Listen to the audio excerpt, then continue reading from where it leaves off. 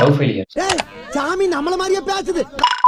So இந்த love failure ஆனவங்கலாம் பார்த்தீங்கன்னா, இந்த லவ் ஃபெயிலியர் ஆனதுக்கப்புறம் ஒரு சில பேர்லாம் பார்த்தீங்கன்னா, பயங்கரமான டிரான்ஸ்ஃபர்மேஷன் குடுப்பாங்க. ஸோ என்ன ரீசனுக்காண்டி இந்த மாரி பயங்கரமான டிரான்ஸ்ஃபர்மேஷன் குடுக்காங்க அப்படிங்கிறத பத்தி வாங்க பார்க்கலாம். ஸோ இவங்க 2 பேரும் பார்த்தீங்கன்னா 90ஸ்ல ஒரு எக்ஸ்பெரிமெண்ட் பண்ணியிருக்காங்க.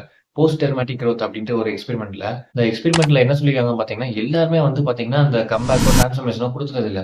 ஸோ ஒரு சில பேர் தான் அதுல வந்து புரிஞ்சுகிட்டு, எனக்கு ஏன் இந்த மாரி நடந்துச்சு அப்படிங்கிறத தெரிஞ்சுக்கிட்டவங்க மட்டும் தான், இந்த மாரி கம்பேக்கோ, இந்த டிரான்ஸ்ஃபர்மேஷனோ, அந்த கம்பேக்கோ குடுக்குறது. எப்படி வந்து இந்த மாரி கம்பேக் குடுக்குறாங்கன்னு பார்த்தீங்கன்னா, ஸோ ஒரு விஷயத்துல அதிகப்படியான நம்பிக்கையோ, அதிகப்படியான லவ்வோ வச்சிருக்காங்க. ஸோ அந்த இது வந்து நமக்கு இல்ல அப்டின்ட்டு போகும்போது பார்த்தீங்கன்னா, ரொம்ப மன உளைச்சலுக்கு ஆளாயிடுறாங்க. எதனால போச்சு அப்டிங்கிறத புரிஞ்சுகிட்டு, இதுக்கப்புறம் அவங்க இல்ல அப்டிங்கிறத தெரிஞ்சுக்கிட்டு, அவங்களோட வாழ்க்கைய நோக்கி பார்க்க ஆரம்பிச்சுறாங்க. அவங்களோட கோல்ஸ் அண்ட் அவங்களோட கரியர்ஸ்ல ஃபோக்கஸ் பண்ண ஆரம்பிச்சுட்டாங்க. அந்த மாரி மன உளைச்சலுக்கு ஆளானவங்க பார்த்தீங்கன்னா, ஸோ அவங்களோட கோல்ஸ் அண்ட் கரியர்ஸ்ல பார்த்தீங்கன்னா, அவங்களோட 100% பெர்ஃபார்மன்ஸ குடுக்க முடியும் அப்டின்னு இருக்காங்க.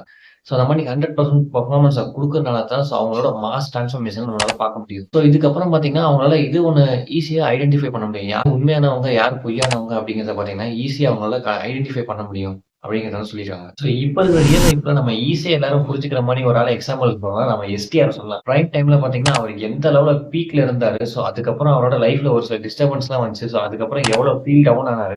டவுன்ஃபால் ஆனதுக்கப்புறம் அவரோட மாஸான டிரான்ஸ்ஃபர்மேஷன குடுத்து, இப்ப அவரோட கரியர்லயும் சரி, அவரோட லைஃப்லயும் சரி, எந்த அளவு பீக்ல இருக்காரு அப்படிங்கிறத நம்ம பார்க்கலாம். இன்னமே நான் என்ன பண்றேன்னு மட்டும் பாருங்க.